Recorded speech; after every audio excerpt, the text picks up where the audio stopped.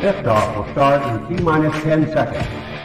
10, 9, 8, 7, 6, 5, 4, 3, 2, 1. We have ignition.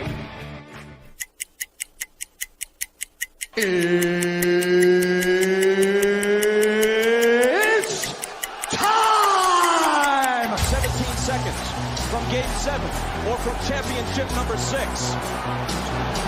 Jordan open. Chicago with the lead. I've got a piece of it. It comes off. The Chicago Bulls have won their 6th NBA championship. Tying run at second, 2 out. Palmero over the head of Jenks. Uribe charges, throws, out! And the White Sox have won the World Series. To the far side around the 8-yard line to Hester.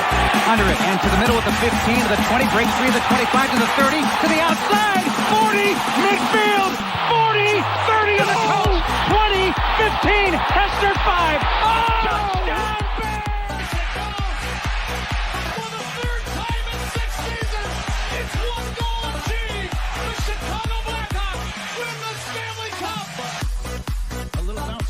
Toward Bryant. He will glove it toward Rizzo. It's in time. And the Chicago Cubs win the World Series.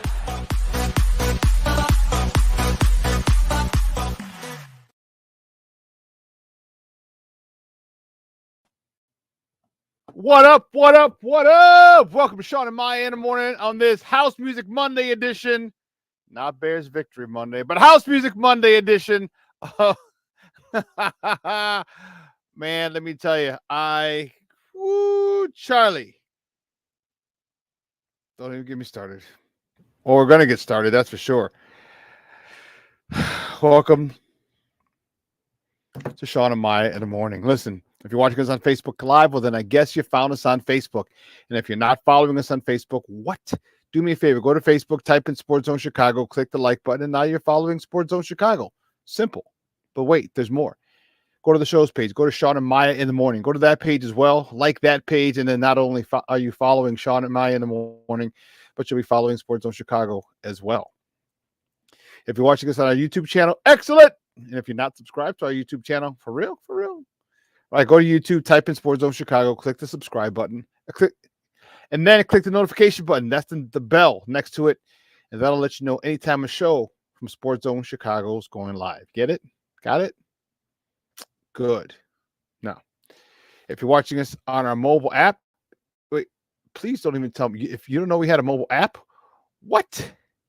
Listen, Linda. Listen, Linda. Listen.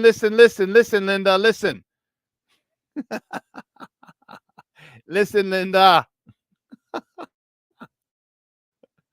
Hey, listen, wherever you get your apps from, okay? I don't care. It doesn't even matter. All right, whether it's iTunes or Google Play or Amazon or Walmart, Kmart, 7-Eleven, Zayre, Zemsky, Macy, Montgomery Ward, Woolworth, Venture, wherever you get them from, you go there, you type in Sports Zone Chicago, you download it. You take us with you on the go, so not only do you get Shawn and Maya in the morning 3 days a week, not only do you get our other live shows throughout the week, not only are they archived there like they are on Facebook and YouTube, but I'll tell you what, we give you a slew, and I mean a slew of articles, thanks to my man Clarence Council the Third. Big up to Clarence for keeping you abreast of all articles Chicago sports related. And if you're watching this on our Roku channel, I like that kind of party, baby. Listen, you better ask somebody. Sports Zone Chicago, we have our own Roku channel. Okay? Yes, we do. So do us a favor. If you have a Roku television in the house, here's what I need you to do. I need you to download the Sports Zone Chicago channel. Download it. Put it right next to Netflix, Apple Plus, Hulu, Max, Prime Video, Disney Plus, Paramount Plus, Stars, Showtime. Put it right next to them, okay? You could watch us live on the big screen. Hell, we're live on a big screen right Mickey Ficky now. Yes, we are, Doctor. Yes, we are. You can watch us on the big screen. Now, listen. If you want to tweet the show, you can tweet us at SportsZoneShy. That's CHI at SportsZoneShy. Now, if you want to follow me, just me personally online, you want to know what I did? Well, let me tell you what I did. You want to know what I did? Well, here's what I did. I made it nice and easy for you folks. Nice and easy. One handle. Facebook, Twitter, Instagram, Snapchat, the Snapper, and TikTok, all one handle at the Shawn Sierra. If you want to follow my lovely co-host Maya Akai, you can follow her on Facebook and Twitter at the Sports Chica. If you want to follow her on Instagram, because you're on IG and you do it just for the gram, we'll just follow her at Maya_Akai. It's MAYA_AKAI. We have a phenomenal show, but we need you to get interactive. So whatever platform you're watching us on, whether it's Facebook, whether it's YouTube, whether it's our mobile app, all right, do us a favor, leave a question or comment on that particular platform. It'll come up here in the thread. We'll put it up on the screen. We'll incorporate it into the show, and that's what makes this the best Chicago sports talk show around is you. Your questions, comments, smart-ass remarks, bring them. Like The Rock said, baby, don't sing it, bring it, because ain't nobody scared over. Now, let's see who we have. The chat line is jumping already. That's what I'm talking about. Lord have mercy. Cornelius Squalls, what up? That's what I'm talking about.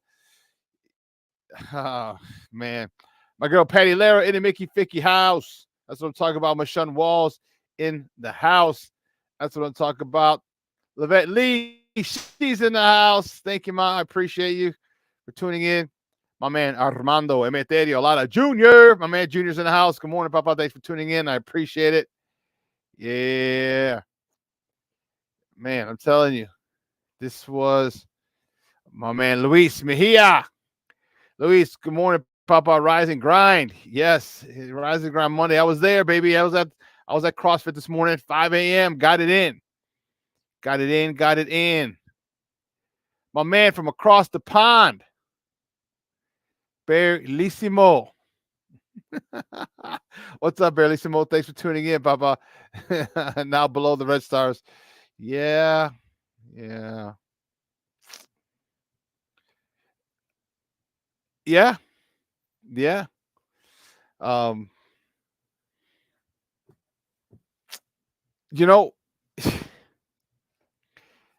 I asked him, and you know what's really funny? What's really let me see. Get a clip of me asking Coach E what the team's identity is.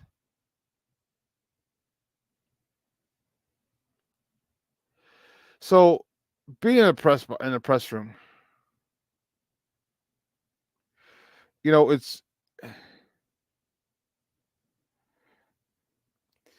it's really weird. Because part of it is this.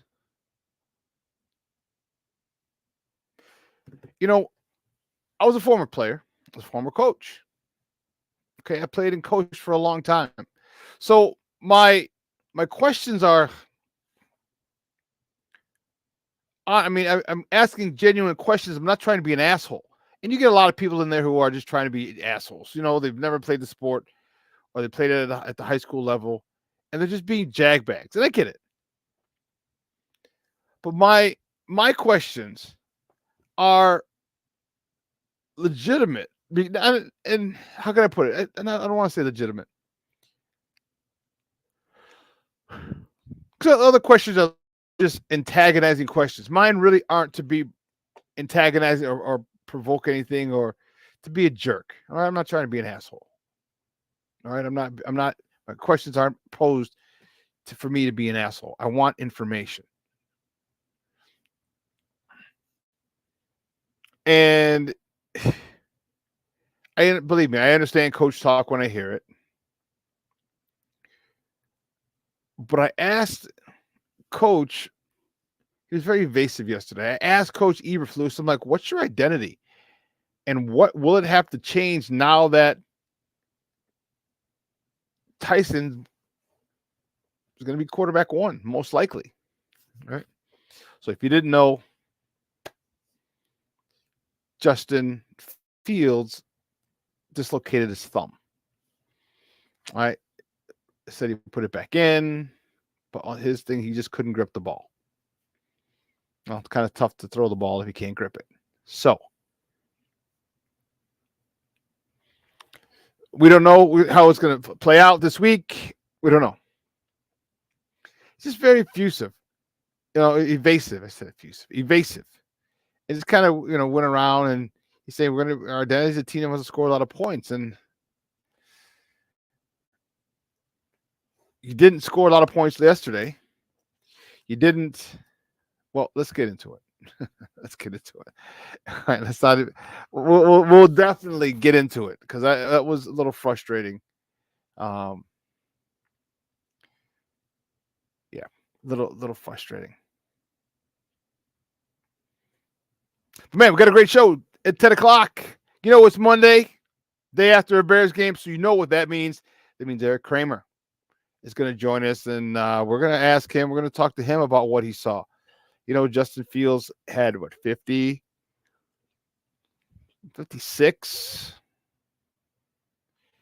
56 yards yesterday passing. I mean, it was 58. It was a disappointment.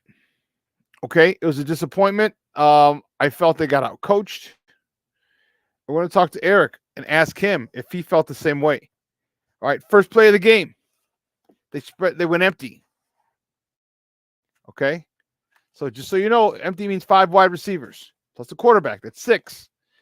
It means you can only have 5 blockers. Well, they brought 6.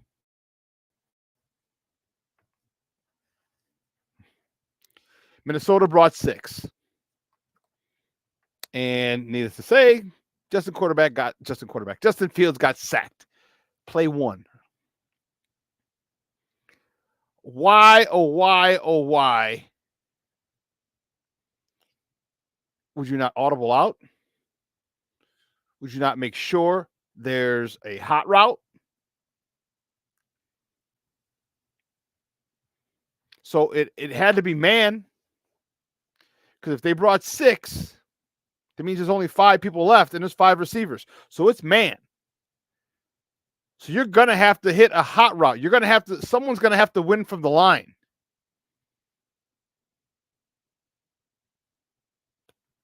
And we didn't. So we're going to talk to Eric at 10:00. And I have a lot of questions for him. And then now the injury to Justin Fields, that complicates and clouds this matter even more. Because the Carolina Panthers gave people a scare. They went up 14-0 yesterday on the Miami Dolphins. But what had happened was the Miami Dolphins, the starters overslept. So they got to the game late. And then they ended up blowing out the Carolina Panthers. That's my story, and I'm sticking to it. So Carolina's still winless, still in line for the number 1 overall pick, which would go to us because it's ours in the trade. And so this complicates it because then everyone's like, okay, Caleb Williams. Ha ha ha. I don't think that's the case, but nonetheless, that's not me. But other people are like Caleb Williams. And then Caleb Williams has a clunker on Saturday here, right outside of Chicago at Notre Dame.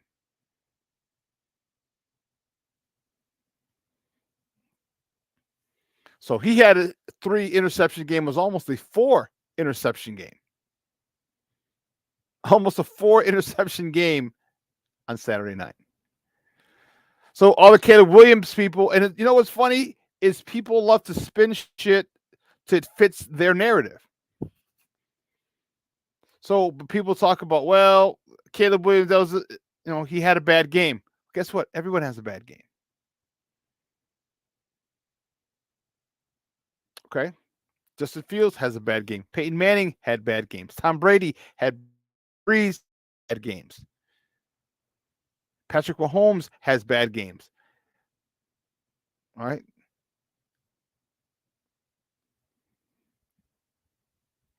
I'm still not out on Justin.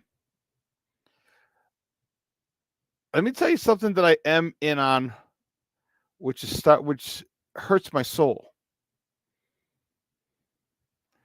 I'm starting to be in on maybe Justin needs to go somewhere else. And a lot of people have said this. I'm not reinventing the wheel or coming up with some crazy concept that, oh, look what I thought. I'm the smartest guy in the room. No, I heard it. I've heard it before. And I didn't want I didn't want it to go. I didn't want to go that route because this is the best quarterback we've had in a long time that we've drafted. But we can't develop him. We can't develop him. First series, 3rd and 1. We're in a shotgun for an RPO. Stop the fucking shotgun on 3rd and 1.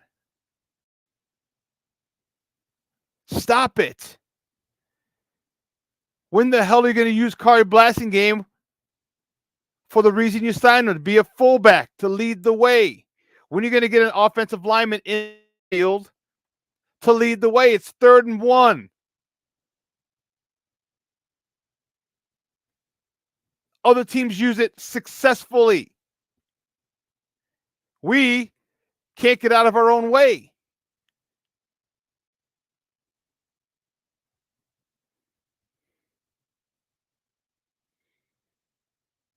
You know, you're trying to evaluate this kid, this young man,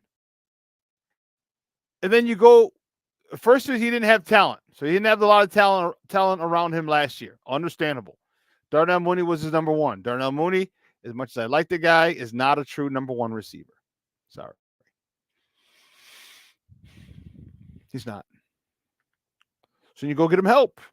A little bit on the offensive line, Darnell Wright, Nate Davis, DJ Moore. But then you just don't develop him. Then you go to start the season and you don't cater the playbook to him. You want to make him completely stop doing what he did last year that made him so successful, as opposed to bringing that along, blending it in. So now I just don't.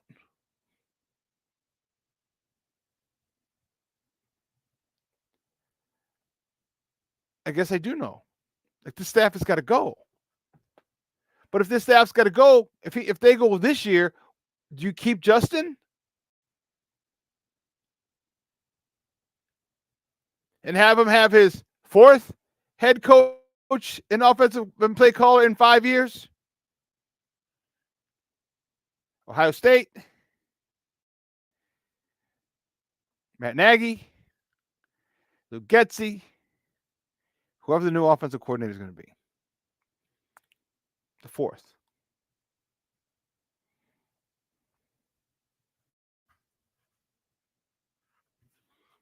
Is that what you do?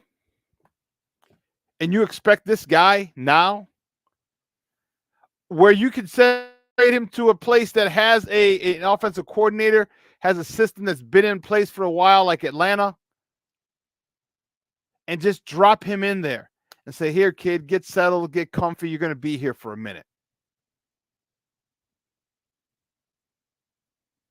We know how to develop quarterbacks.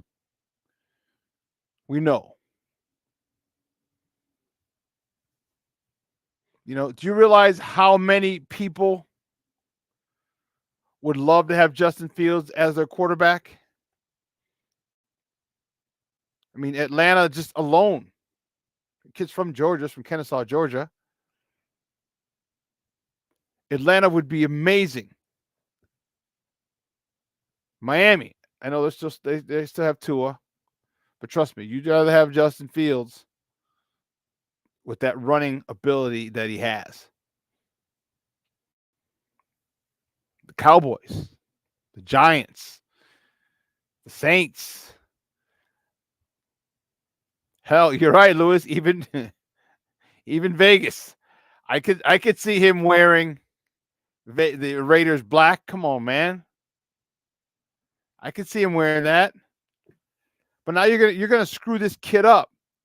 And what you're gonna do is you're going to potentially cost him tens of millions of dollars, hundreds of millions of dollars.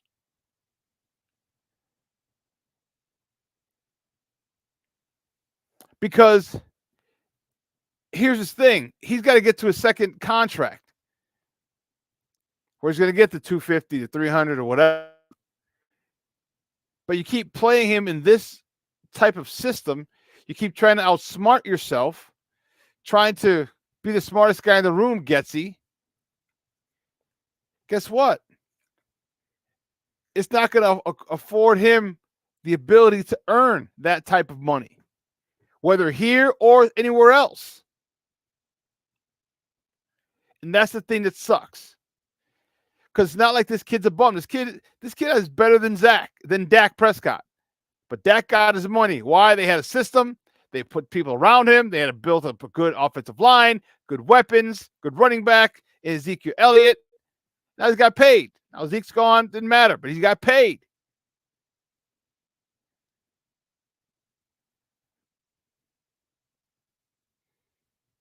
So you're going to cost this kid $100, $200 million, $300 million. That's the going rate now. And that sucks. With this kid, if you put stuff around him. You know, I love Tevin Jenkins. Can you stay healthy, my friend? That's the most important thing. If you can, we're cooking with gas. We need a center. We need a center. And that's one of my biggest issues. All the things that we're not doing for this kid. But listen, let me you know what? Let me take a quick break. And on the other side, we'll get to our top of the morning topics. We will. I promise you. All right? Sorry I went off on a little bit of a rant, but I'm a little frustrated with this organization, if you couldn't tell. So listen, don't go anywhere, folks. Keep it locked right here. Shawn and Maya in the morning on Sports Zone Chicago. Hey, it's your boy, the SuperBack, Shawn Sierra, and be sure to follow Sports Zone Chicago on all social media platforms, on Facebook, Instagram, and our Roku channel. You can find us at Sports Zone Chicago, and on Twitter, we are at Sports Zone Shy. Also, be sure to download our mobile app so you can take Sports Zone Chicago with you on the go. Time out. How are you feeling right now? Happy? Excited? Angry? Overwhelmed? One of the best things you can do for your mind health is to name what you're feeling. It can sharpen your awareness and help you talk about your feelings with someone you trust. Here are 3 questions to ask yourself. Where are your thoughts right now? In the past, the present, the future? Do you notice any sensations in your body? Is your heart beating fast? Is there a flutter in your stomach? Or are you fully relaxed? What do you need right now? Time with others? Time to yourself? Remember, there's power in this awareness. So find ways to identify what you're feeling today.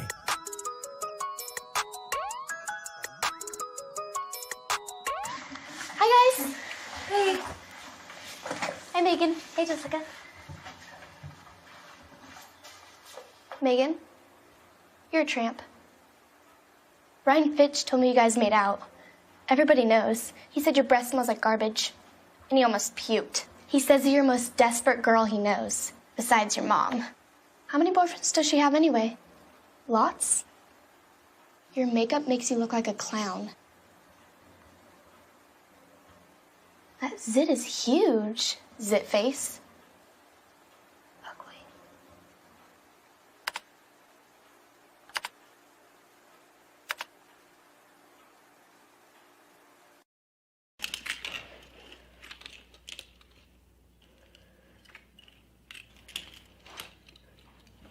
Hey, bud, what you doing? I'm playing with cars.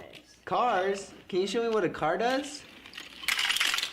Whoa, whoa, whoa, whoa, whoa. Hold on a second. First of all, this is a school zone. So you need to put down your cell phone, stop texting, and let's get to driving. Now you're coming up to a stop sign, right? You need to slow down and stop before you hit that Y line. I want you to look left, right, left. You don't want to get hit by a car going on your left, and to your right to make sure you don't get sideswiped by a guy coming from your right. You're coming, and you see a crosswalk. You better slow your horses down, because the #1 rule of driving is always yield to pedestrians. Now stop, pull over, and you are done driving. Gosh, what do they teach you kids in school nowadays?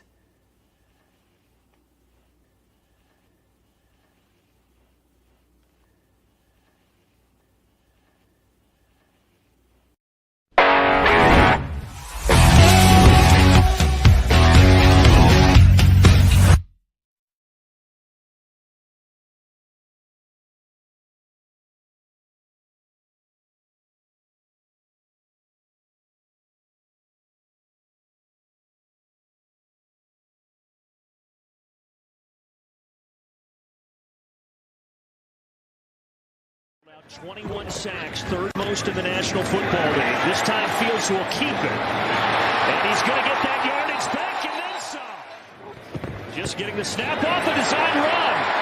Justin Fields able to pick up the first. A third down and 7. Cousins in and out of the hands of Brandon Powell. Zone there rather than bringing pressure. This is Bayless Jones, the wide receiver, getting the carry. Sneaking inside the 15 here and backing his way. Look at the push. Oh, my. What a run with a little help from his friend. Welcome back to Shawn and Maya in the morning in Sports Zone Chicago. Those clips courtesy of Fox. Yeah.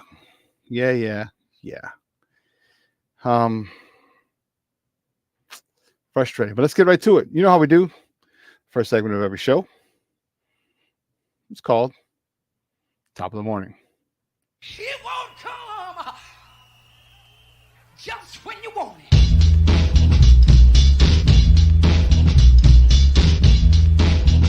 Top of the morning to you. Top of the morning to you. Top of the morning to you. First, top of the morning, top of the sea. Which way do we go? Which way do we go? Which way do we go? You know which way we go. The Bears. You know, our Bears.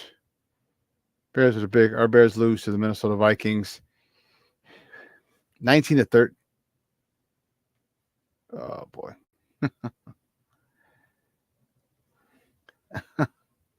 19-13 yesterday. And frustrating.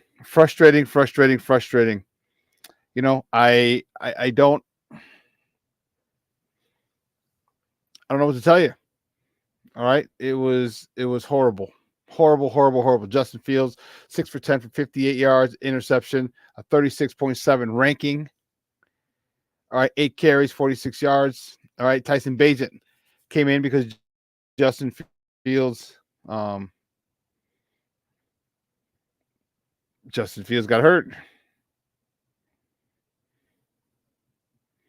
So let me see. I don't know what to tell you. We got to wait till today. So we're in the press box yesterday or at the post-game presser, and Coach Eberflus says that nothing's broken. X-rays were negative. And I said, okay, well, that's great, but that doesn't leave him out of the water.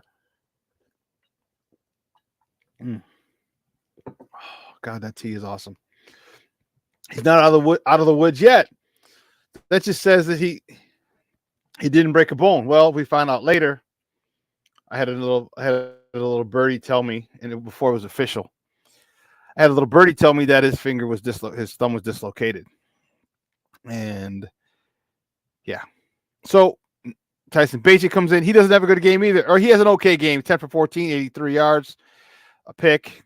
He also had he was sacked, stripped, fumble forced that was returned for a touchdown. That was the game. That was the game. All right, 19-13.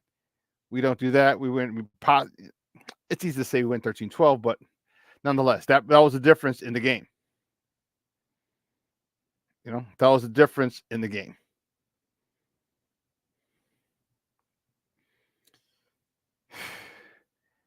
I don't know what to do. I don't. You know, we've talked about this. You know, we were a little excited about the win last week. And then what? You know, what did I say the other day?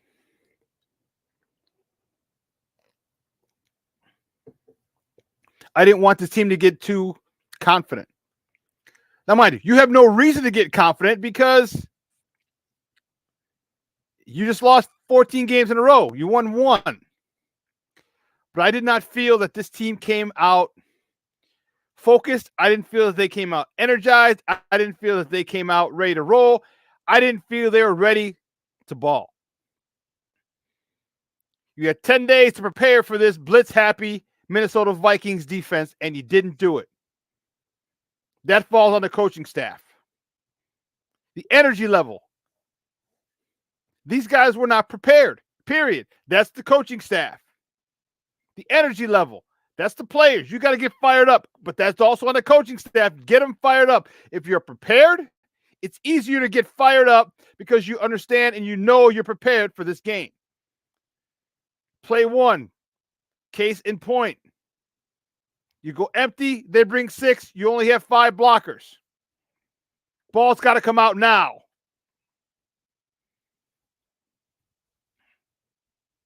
They just didn't play with a sense of urgency. I don't know what the reason is. I can't tell you. And I can't explain why you don't come out like gangbusters. They have the number 1 receiver out. The Minnesota Vikings did. He was out. 2 defensive linemen, 2 defensive stars out.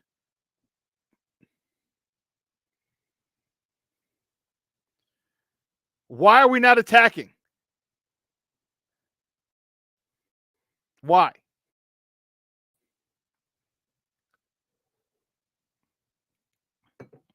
Why are they playing so, I don't know, apathetic, cautious? That's not how they played the last 2 weeks. It has nothing to do with the fact that Brian Flores likes to blitz. It has everything to do with the fact that you don't come up with a plan to counteract his blitzing. So if they're bringing 6 and you have empty, it means you have 5 wide. There's only 5 guys. It's man.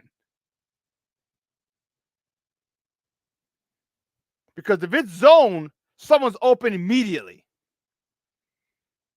But man, someone's got to get open immediately. There's a lot of different. The 3rd and 1. I said it before the break. Stop the stupid ass zone reads or RPOs from the shotgun. Go if you're gonna fake. Give me play action. Get Justin Fields under center. Have him turn. Put the ball on the belly of the running back. Here's another question. D'Onta Foreman.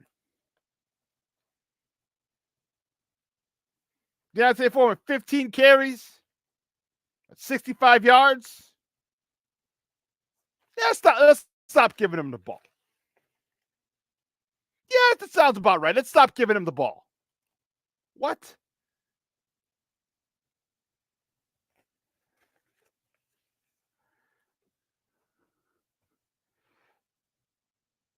Over 4 yards to carry, and you want to stop giving this guy the ball. Now, mind you, we had 30-something carries on the day. Not a problem. Make it 40.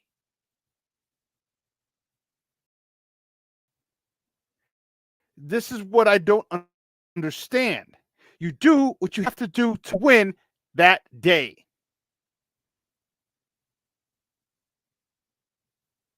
What needs to be done that day is not what's going to need to be done next week, or was it needed to be done the previous week. You coach for the day. You have a game plan, then you have a contingency plan, and maybe 2 contingency plans. But you stick to the game plan. Why do you stop running the ball? Why do you not target DJ Moore?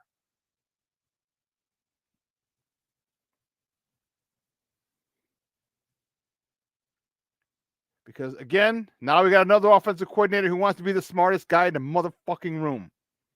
And it pisses me off.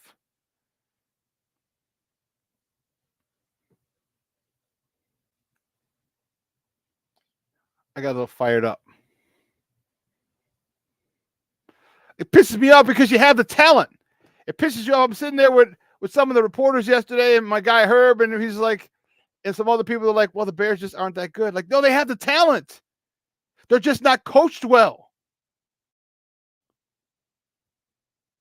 And for those of you who don't think coaching matters, you're stupid. You're free to your opinion. It's a free country, but it doesn't mean that your opinion is right. It means in this case, your opinion is stupid. If Brock Purdy, is he the most talented quarterback in the draft? Nope. But what does he have? He has a good offensive-minded coach who's developing him. Justin Fields in San Francisco with a Shanahan. What the frick would he be doing now? With Deebo Samuels, Brandon Ayuk, George Kittle. With the tutelage of a Shanahan. Oh, now all of a sudden Justin Fields probably isn't going to look the way he does now. Coaching matters. It gets you look good for 2 weeks and then reverted to dum-dum. Hello, dum-dums. Why? It is okay for people to know your game plan. It is okay. You know why? Because they have to stop it. They have to stop it. And when you get double team and triple team like DJ Moore was getting yesterday, this is where Darnell Mooney, where were you? Cole Kmet, where were you? Tyler Scott, you need to step up, son. Robert Tonyan, where were you? This is all opportunities for you guys to step up. I said it on Friday. Here's for their chance to step up, and they didn't step up.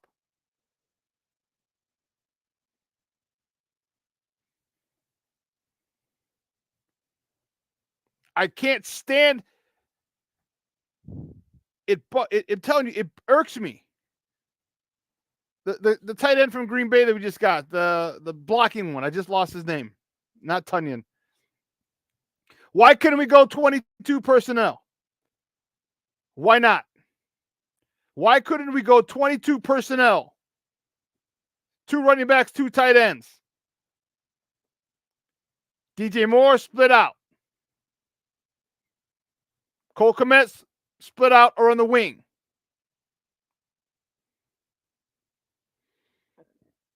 Or you could have Tonyan and Kmet.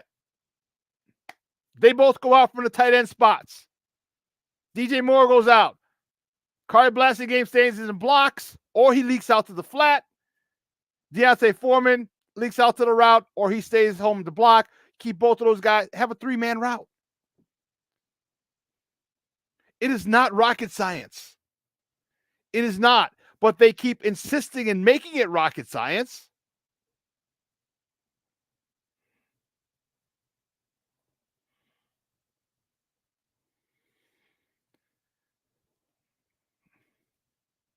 Dr. Chow says from video evidence, Fields will have torn ligaments in his thumb and right hand. Will not be able to throw for at least 4 weeks post-surgery.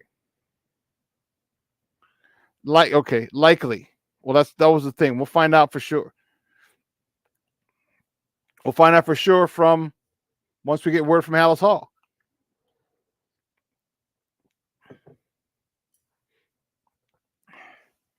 Once we get word from Hallis Hall, because when a lot of people that's where they got the MRI. We got to get the MRI. You know, because when they came back and they told us yesterday the X-rays were negative, I'm like, okay, good. That's half the issue, but he's not out of the woods yet. So, coaching. And I'll tell you what, Getsy's not a bad coach. When he gets out of his own way, when he stops trying to be the smartest man in the room, he's not a bad coach.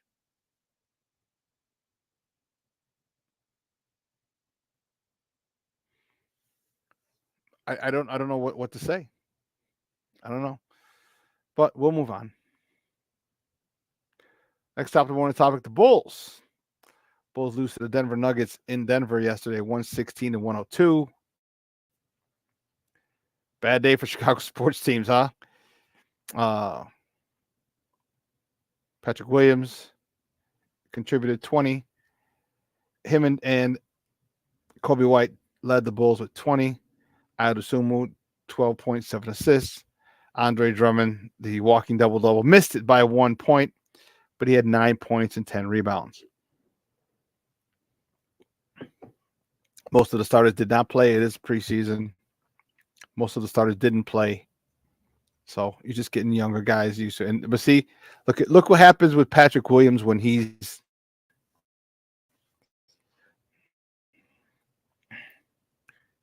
aggressive. Look what happens. 20 points. That's all we're asking you, kid. Be aggressive. Don't worry who the hell else is on the court. Don't worry whose team it is. Do your thing. All right, do your thing. Play your game. All right, 20 points. I'll take that every night from Patrick Williams. Will you? I damn sure will. 20 points for Patrick Williams?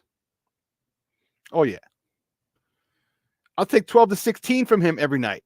You give me 20? Come on now. Now you're one of the top scorers. So I need him to take that mentality and bring it with him when everybody plays. When everybody plays, that's what I need. That's what Bulls fans want.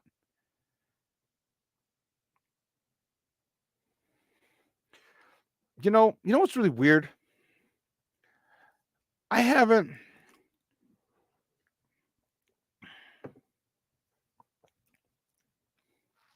No. I have. Holy Cross. We didn't have a lot of. Our coaches at Holy Cross were really good. Because I think I like to see that we need guys with a little edge, like urban guys, hood guys who set the tone. And we didn't have a lot of that at Holy Cross. We just had good coaches. We had good players. We had really good players, and we didn't have that, but it was the coaching. So I digress. But Pete Wills he's just so nice. He's so nice. I agree with you. You got to be more aggressive. People talk about that Mamba mentality, but they don't have it. Like, that's the thing that I don't get. Like, I can't give it to you as a coach. I can coach you the way with that mentality, don't get me wrong, and demand the best out of you, but I can't force you to have that Mamba mentality. I can't instill in you the desire to be great. I can't. Players have to want it. Players have to have that desire, not coaches.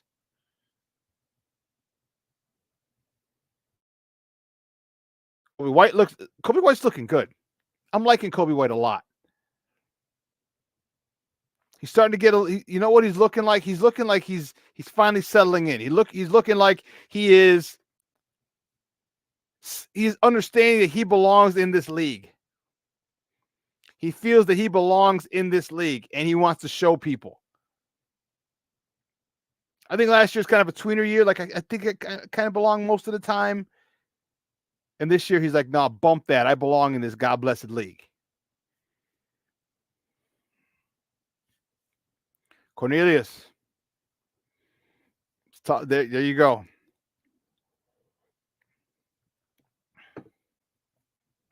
You know the problem with where it comes from, this whole thing?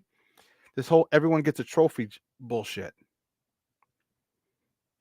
Okay? Because now you don't have to compete. If you lost, okay, don't worry, you still. What?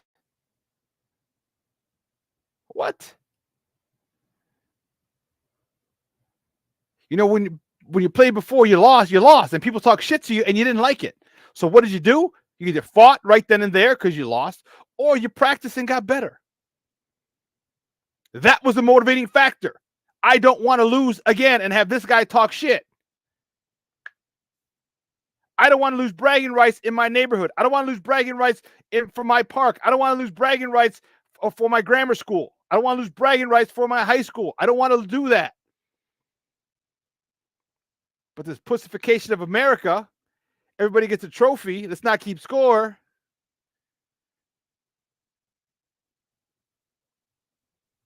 What I'm finding out now, and we're seeing, is athletes, athletes becoming so talented due to, one, the evolution of the game of sports.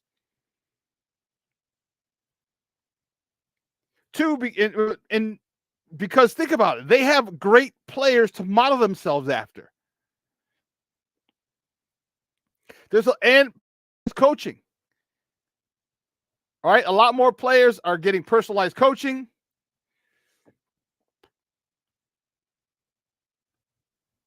Advancing their game. So you're seeing stuff. So when I was in high school, we would emulate what the college kids did, and sometimes the pros.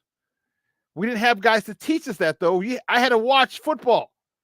I would watch Saturday football every day, every Saturday, if I wasn't playing or when I got back from my game. Sunday, the NFL. And I'd watch moves, I'd watch the highlights, I'd do things, I'd practice. We played outside.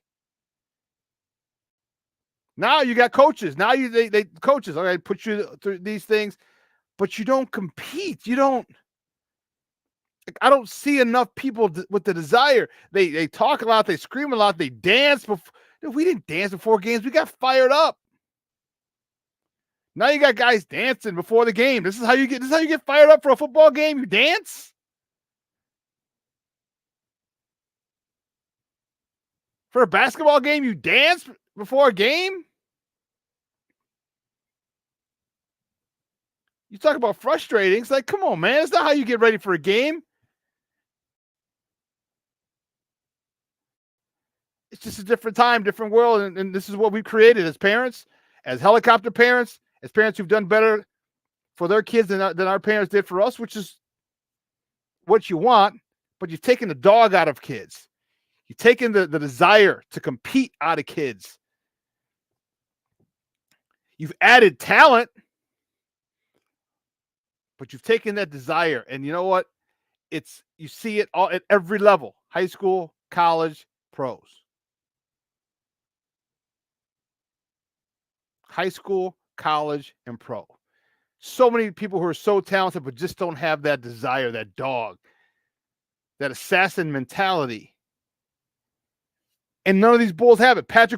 If Patrick Williams had an ounce of it,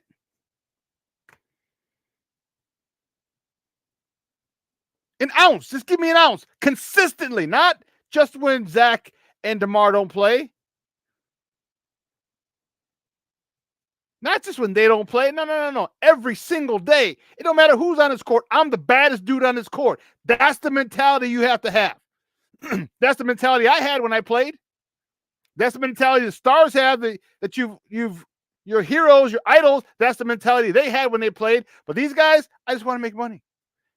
I'm happy to be here. What? You got me fired up.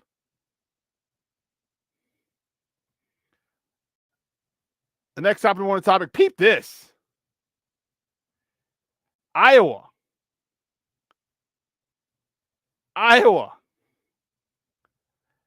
women's basketball team beat DePaul in front of the largest crowd to ever watch a women's basketball game.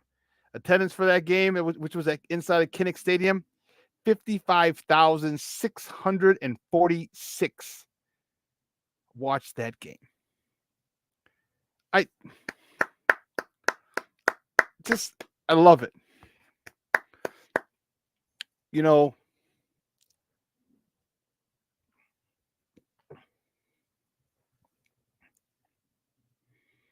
94-72, Iowa comes away with the win. And I love it because women need to be celebrated. Female athletes need to be celebrated as well. All right, their athleticism isn't as dynamic as men's in most sports, basketball being one of them. But it doesn't mean that the fundamentals or the entertainment value is any less. Okay? Because we're so used to, they're dunking, they're this. Okay, fine, that's great. What about great basketball? What about screens? What about picks? What about set plays? What about resilience? There's a whole bunch of different things. And women's sports should not be, there's not as athletic and explosive as men's, but it shouldn't be less entertaining. We shouldn't be so spoiled by athletes just because they're the physical traits. Oh, well, women don't dunk. Or women are hitting long threes. There's a sport. There's a science. There's fundamentals involved in any sport you play. And when you adhere to those, it doesn't mean the game's boring. It means the game's different. And it's different. The women's game is different. There is a lot more fundamentally sound women basketball players than there are men. They just dunk from the free throw line. They don't, all right? They're not shooting from 35 feet like Steph Curry. But it doesn't mean it's not as entertaining. So hats off and congratulations to the Iowa and DePaul women's basketball teams for setting a record. 55,000 people at Kinnick Stadium. 55,646 people. It's about what I played in front of at Army. That might be my biggest crowd. I think Army's only 50. And that's a football game. And these girls played in front of 55. You know what? Congratulations to them. They deserve it. And you know what? They should do more shit like this. I'd like this. All right? I think this would be really, really cool. Good basketball, play in a football stadium, and just why? Just because. Give them their flowers. Give them the attention. I think it's great. Listen, we got to take a quick break. And on the other side, real quick, Blackhawks tonight, they travel to Toronto to face the Maple Leafs. Puck drop 6 o'clock. All right. Austin Matthews, he was the last generational great. Next generational talent. He's going to face the latest generational talent in Connor Bedard. Austin Matthews on the Maple Leafs and Connor Bedard. The puck drop at 6 o'clock Chicago time. And you can see that on NBC Sports Chicago and listen to it on 7:20 a.m. And we'll talk baseball at the end to close out the show because who the hell cares about Texas versus Texas in the AL and my White Sox. And there's no Chicago teams are in it, so bump them. Anyway, we got to take a quick break. And on the other side of the break, I cannot wait to talk to our guy Eric because I am flustered. I'm mad. I am confused. I'm annoyed. I'm apathetic. I mean, you talk about all emotions in one. What did Rizzo say to David Ross in the NLCS? I'm in like a whirlwind of emotions. Back in 2016, remember that clip? I'm in a whirlwind of emotions or something like that. One of you Cub fans could tell me because I know you have that burn in your brain. But I am. I have a whole shitload of emotions, and I'm like, I don't know what to do. I'm frustrated. We got talent, but they're not developing it. We don't got guys with heart. We got guys. Woosah. Hopefully Eric can calm me down, or he might fire me up even more. I don't know. We're going to talk to Eric on the other side of the break. So don't go anywhere, folks. Keep it locked right here. Shawn and Maya in the morning on Sports Zone Chicago.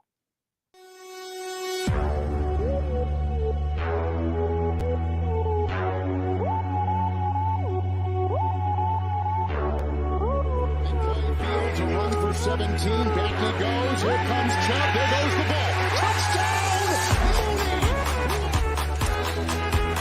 Jones will walk at the left tackle. Time for Fields. Now he'll accelerate to get the first down. Great tackles, and he's off to the races.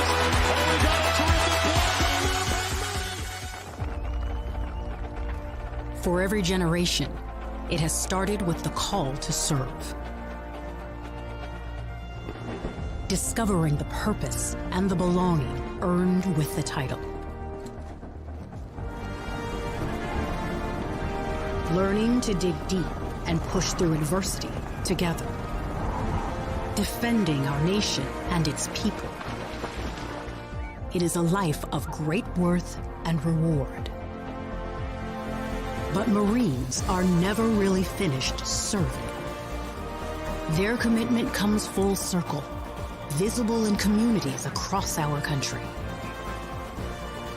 This is Semper Fidelis, always faithful, always Marine, marking a path for the next generation.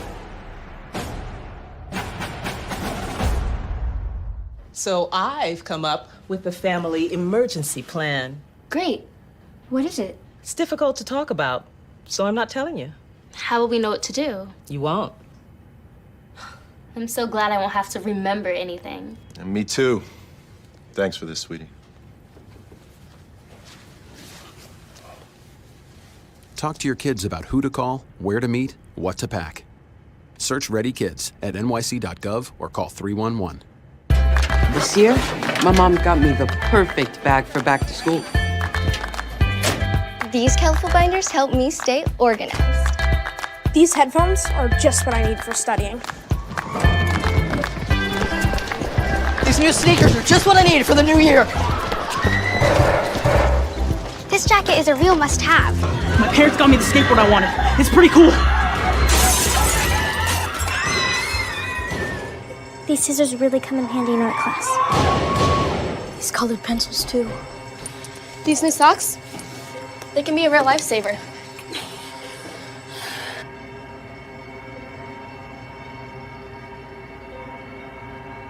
I finally got my own phone to stay in touch with my mom.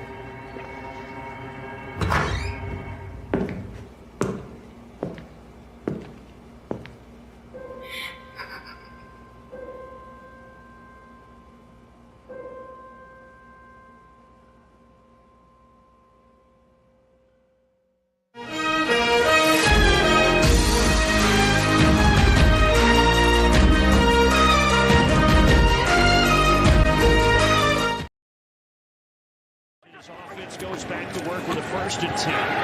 Cousins under pressure just flips it. That's a live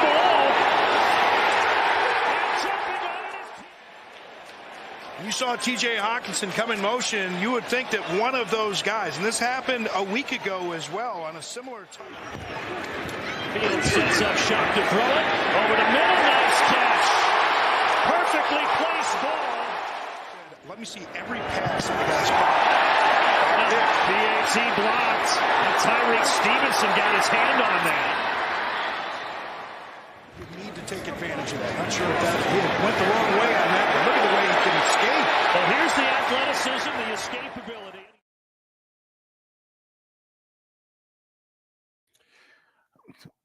Welcome back to Shawn and Maya in the morning on Sports Zone Chicago. Those clips courtesy of Fox. Those are Bears yesterday with a 19-13 loss at home on the lakefront to the Minnesota Vikings. And I'll tell you what, I was talking to some of my guys after the press conference, and I was like, so it's my 4th game. I'm like, they got to throw me in the closet? You remember Goodfellas? Get him in a closet.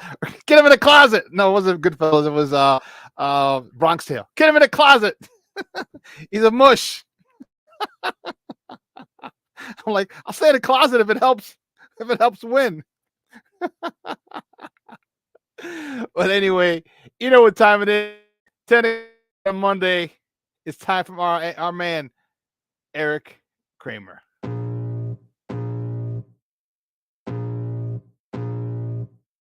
I can feel the blood creeping up from the heathens. Got will, got fight, got pride, got reason. If they wanna go eat, then you know I'm gonna feed them. If you're coming for me, hope you're ready for a demon. I got eyes in the back of my head, I'm seeing. Take me for granted and you know I'm leaving. I'ma take what's mine with the webs I'm weaving. I could take this crowd from seeing to believing. Got a taste for blood and my tongue keeps bleeding. From the words I spit, so sharp, so freezing, so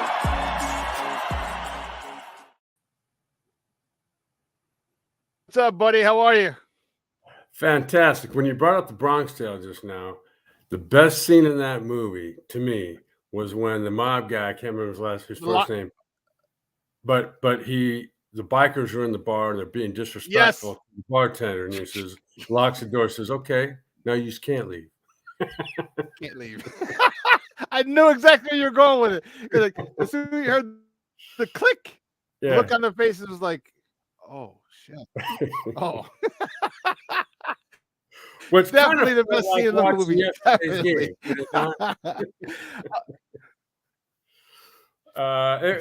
It was a tough watch for sure. What? So, go ahead. What were you gonna talk to me then, Eric? What happened? What do you think happened? Yeah. So I think this. I fear, and maybe not the players. One of the things I said last week, I said, you know what? Justin Jefferson's out. 2 of the defensive players are out. I hope they give them the proper respect that they deserve. All right. You can't take a team lightly. First of all, you just lost 14 in a row. So you don't have a right to take anybody lightly.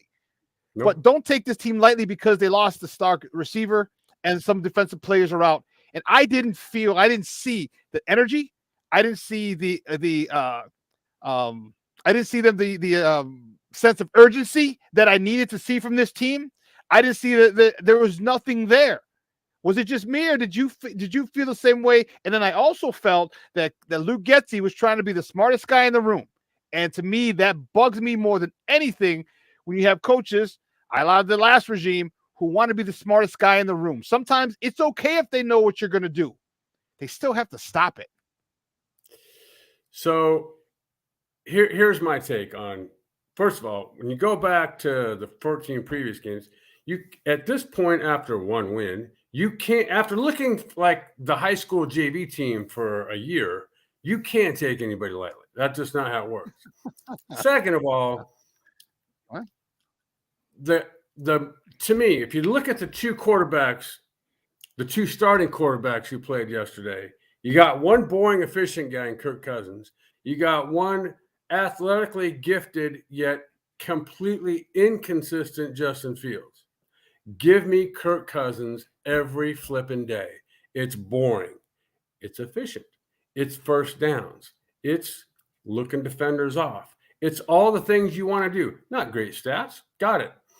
But Tyson Bagent is the closest thing the Bears have to Kirk Cousins. It just looks different when he's on the field, as opposed to how many times a game, to me, not many, does Justin Fields light things up in such a way that no one else can? Doesn't. So read the defense, be consistent, take checkdowns when they're there, and move and get first downs. That right there is what this team needs. You need consistency, you need accuracy, you need guys who can read the defense and just be efficient. Boring if it has to be boring. But he did escape some, some pressures and make some decent runs. Tyson Bagent's a good athlete, can do some of that too. So my point is, I think it starts there. I am after one or two sort of uplifting performances by Justin Fields, the real Justin Fields showed up. And that's, to me, where offensively it starts for the Bears. Defensively, I thought they played their best game by far, and special teams. And so, I think half or 2/3 of the team is moving in the right direction. And the Jets kind of proved this blueprint yesterday. They've got a great defense. They've been in every game they've played with a quarterback nobody thought could do anything in Zach Wilson. Their head coach believed in him, said, we're not getting anybody. And he's gotten incrementally better each week. And so you've got a great defense. You got an offense that's now got a running game that Breece Hall's back. And you've got a quarterback who can play efficiently, doesn't turn the ball over. And they just beat one of the best teams in the NFL yesterday. I was watching that game at my buddy's bar, and I was sitting next to a buddy of mine. I said, can you imagine if they had Aaron Rodgers?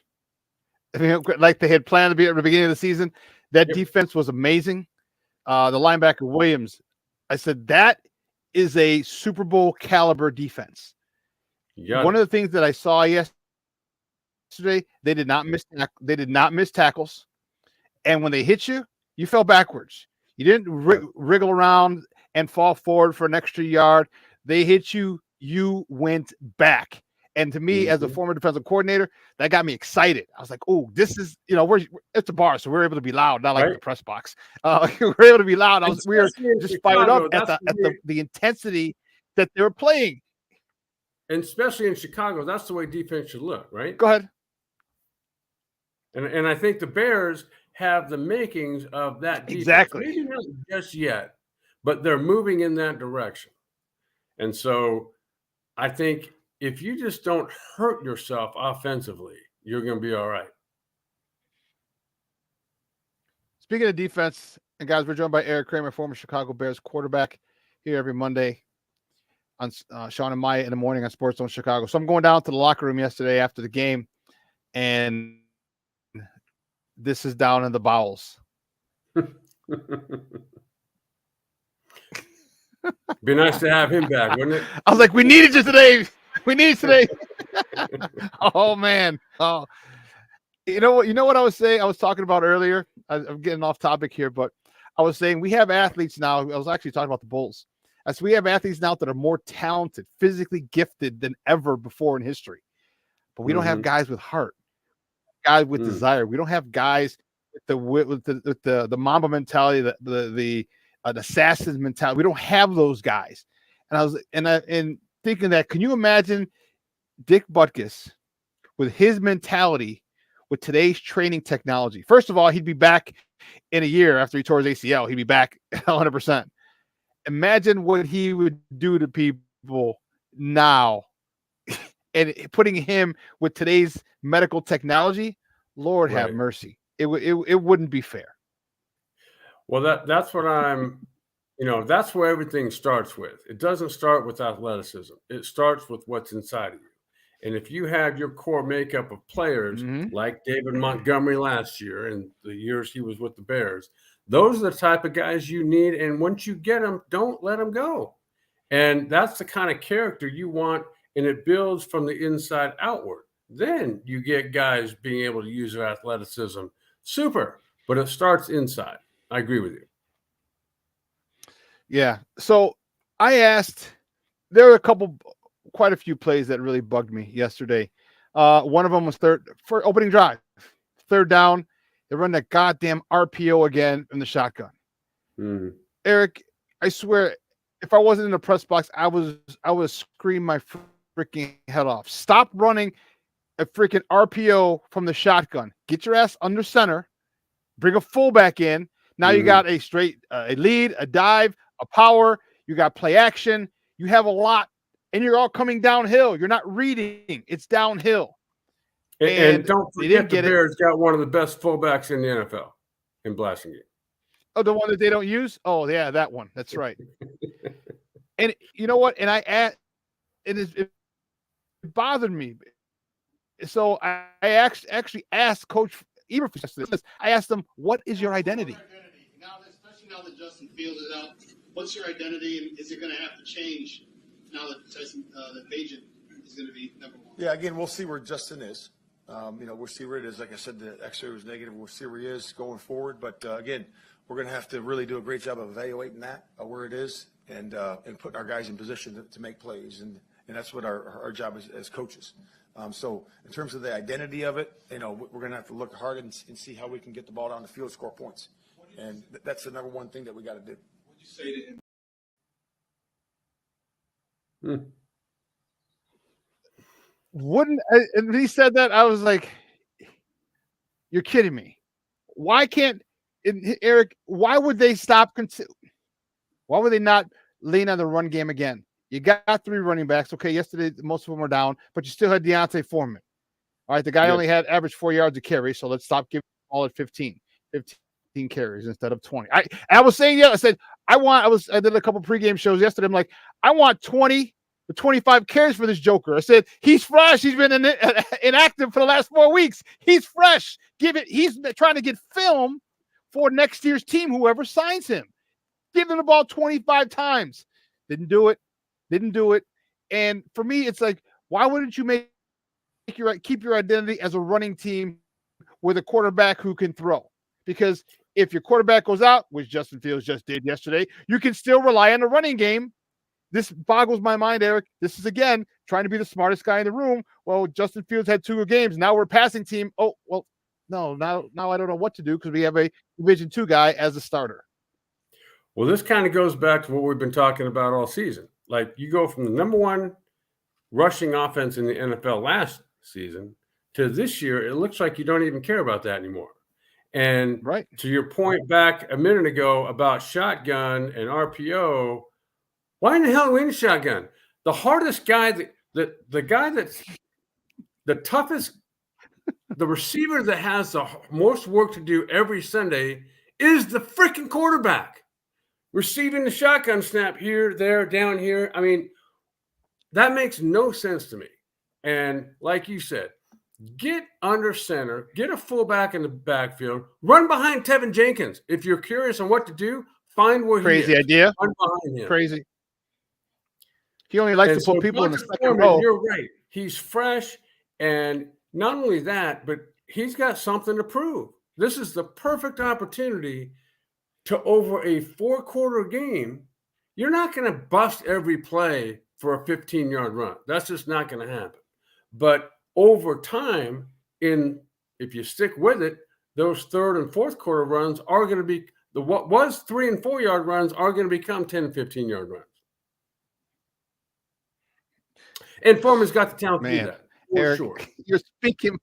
You're damn right he does. 900 yards in 7 games last year, 8 games last year after they traded Christian McCaffrey. The dude was balling. And you don't do that. And it boggles my mind. And this is why when people talk about, well, Justin Fields is horrible, this and this, Justin Fields needs to play better. I've never backed off of that, and I will not back off of that. He needs to play better. But you can't keep doing dumb shit with Justin Fields. You can't.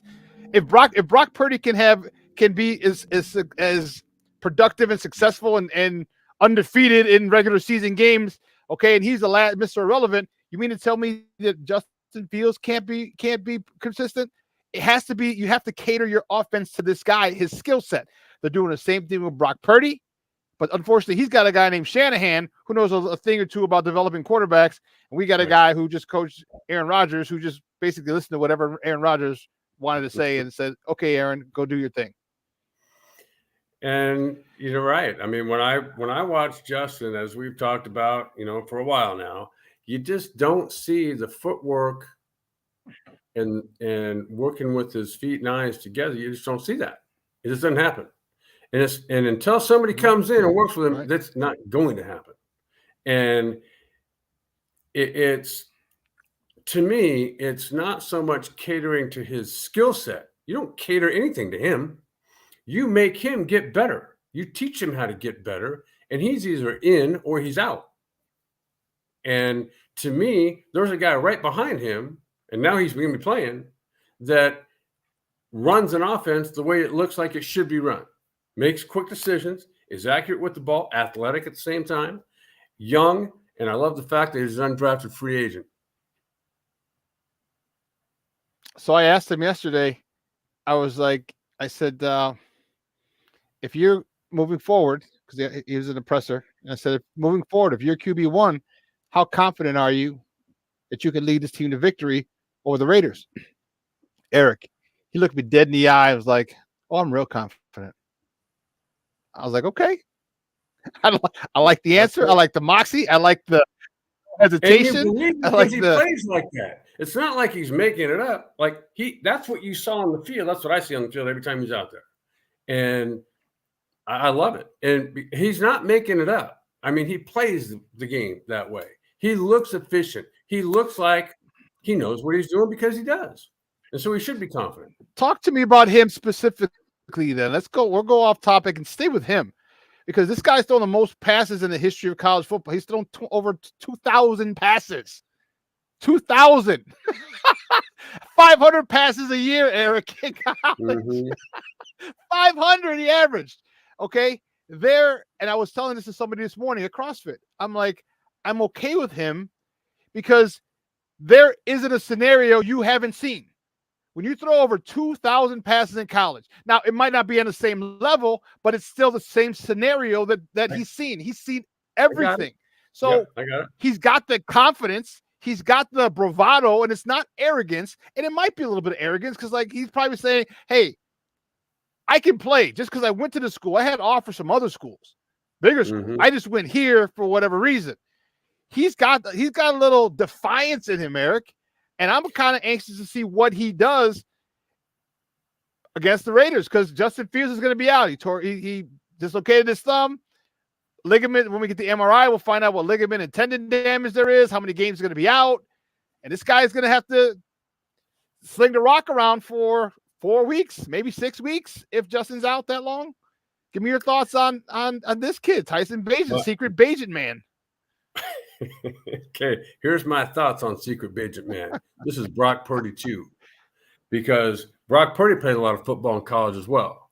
Came in and right away just made good decisions, threw the ball accurately, did all the things we've just been talking about. And he's now developed into one of the top quarterbacks in the NFL. And why Tyson Bagent can't do that? I don't know. I think he can. And if given the opportunity, which now he does, like you tell me when's he been on the field where he hasn't looked like the best quarterback on the field? And he's only been here, a few months. He looked like he was in control. He always looked like he was in control. Like, I got this shit. I got it. And this is from a kid from Division II. He came in and he gave you that through the God Bless the TV, Eric. I felt I got this. I'm like, damn. That's what I'm saying. Poise, so his demeanor, his swagger, It doesn't matter when you're drafted. It doesn't matter if you're drafted. All that matters is, do you know what you're doing? Can you do it in such a way that it fits with everybody else? And do you think anybody in that huddle, by the way, cares that Tyson Bagent was undrafted or that he's a rookie? Hell no. They care that he knows what he's doing. You ask every guy on that offense, including the coaches, who knows what they're doing, that guy does. And so against the Raiders, love it. This is exactly what the Bears needed, is Tyson Bagent to get a clean opportunity and play with the same cast that Justin Fields has been playing with. And he's elusive. He's athletic. He can get out and run for the first. I would have loved. It would have been perfect yesterday. And I was talking to a guy named Andrea next to me in the press box. I'm like, "There's some shit if Justin Bagent leads us to a victory." I was like, "There's gonna be a whole bunch of craziness." And I'll tell you what, he was going to DJ Moore on that last pick. If it wasn't for him getting hit, and you know what? He said nothing about the hit in the post game presser. He was like, you know what? Because someone asked him about the pick, and it said, was it due to the pressure? He's like, no, just due to me not getting the ball. I should have got the ball out there more. But he got hit. You saw it in the replay. It hit him right in the elbow. So it was going to be a duck. And because he had DJ Moore, he had him. And I think how great would that have been for him to score a rushing touchdown and then throw the game-winning touchdown pass to your new number one receiver. That would have been cool. So I'm anxious to see. And believe me, I'm not out on Justin Fields, but now that Tyson Bagent is here, I'm rocking with him. We got to rock with him. You know what I mean? And I just want to see what he does. And I want to see if because the moment's not too big for him. All right. It got a little hectic early where you had the fumble, scoop and score. Like, come on, kid, hold the ball a little better. He owned up to that as well. But I'm anxious to see what this guy can do. He might have just a big enough chip on his shoulder to prove everybody wrong. And he might lead this team to a couple of wins.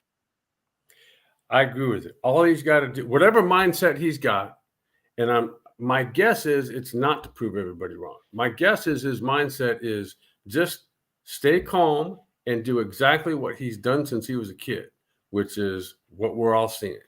And give the team, the Bears, give them, like, earn your way in and give the decision makers something to decide on. That's when Justin Fields come back, make them decide, does Justin Fields give us a better chance to win than Tyson Bagent? That to me is what Tyson Bagent wants to do. That if he poses that, or if that question even comes up, then it's kind of like, I love two women. Well, which one did you love first? Her? Okay, well, let her go. Why? Because if you literally loved her, you wouldn't love the second one. So at that point, it's time to trade Justin Fields. If you feel that he gives you a better, as has been a better talked chance about, to win. I was going to say, as what's been being talked about in Chicago these last several weeks, there's going to be just some decisions to be made down the road. And are the Bears in contention to get better now, or is there another kind of wave of draft and free agency that's really going to put this team over the top? And if that's the case, you play Tyson Bagent if he earns it. So your thoughts, and guys, again, we're joined by Eric Kramer, former Chicago Bears quarterback, talking Bears football here on Shawn and Maya in the morning on Sports Zone Chicago. So if he does, he plays well, he plays efficient, plays just how you want him to. In Carolina, you still have the Carolina pick. What do you do? All right, because you can draft Caleb Williams, okay, with the number 1 pick, or you can trade that and get a haul. Would you be better trading that pick, getting a haul, getting another offensive lineman, getting a Marvin Harrison Jr., getting an edge rusher for Tyson Bagent to work with? Or would you grab the quote-unquote next generational talent in Caleb Williams? Here's what I would do. Eric Kramer, GM, what would you do? I would wait and see. I'd wait and see. There's no rush. Let's see over the course of these next, who knows how many games, 3, 4, 5 games. Let's see how Tyson Bagent does, because who's got the best scenario right now, other than the Bears, in the NFL on their team? Who's got the best scenario, team-wise and talent-wise? Want me to tell you? Team-wise and, yeah, tell me. San Francisco. Because they've got the 7th-round draft pick in Brock Purdy, who's not making – he's making pennies relative to all the other top NFL quarterbacks, and he's going to be making pennies for a few more years. And you can stockpile your team around him.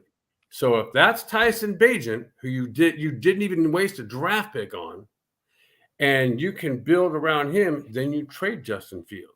Then with the number 1 pick, maybe you get the edge rusher if there is one that you're looking for. Or you combine that pick with others. I don't know the scenario. But my thing is, if Tyson Bagent, he's the key factor. To me, everybody is so enamored with what Justin Fields every now and then can do. Great. Trade him. If Tyson Bagent over these next few games proves that he can do what he's already done. And then you go into the draft again, holding Carolina's number 1 pick and your own, which is going to be most likely a good one. And then you can build a team around Tyson Bagent and pay him nothing for a while. Yeah. You could end up paying him $2 to $5 million a year. All right. Because Lord knows what he's, you know what? That's crazy. Let's find this out. Let's find out what Tyson Bagent's contract. It's undrafted free agent. So obviously we'll be able to I was an undrafted free agent in 1980. What was it, 7? So he's paying. And my contract was a 2-year contract. It was a $5,000 signing bonus, and it was for $70,000 the first year and $80,000 the second year. So I don't know what Tyson Bagent's free agent. This has gone up a little, Eric. It's gone up a little since then. A little, but it can't be that much. It can't be, even if it's triple, it ain't that much. 3 years, 2.7. So average salary, 900,000. Super. 900,000. That's nothing. So that is literally lint in an NFL owner's pocket. Yep. For your starting quarterback, yeah, that's lint in their pocket. So even if you bump them up to $5 million, that's a backup quarterback salary. So he's going to believe me. I'm adjusting. What is what right now the rule? And I don't know. When do you become a restricted free agent? Is it after 3 years?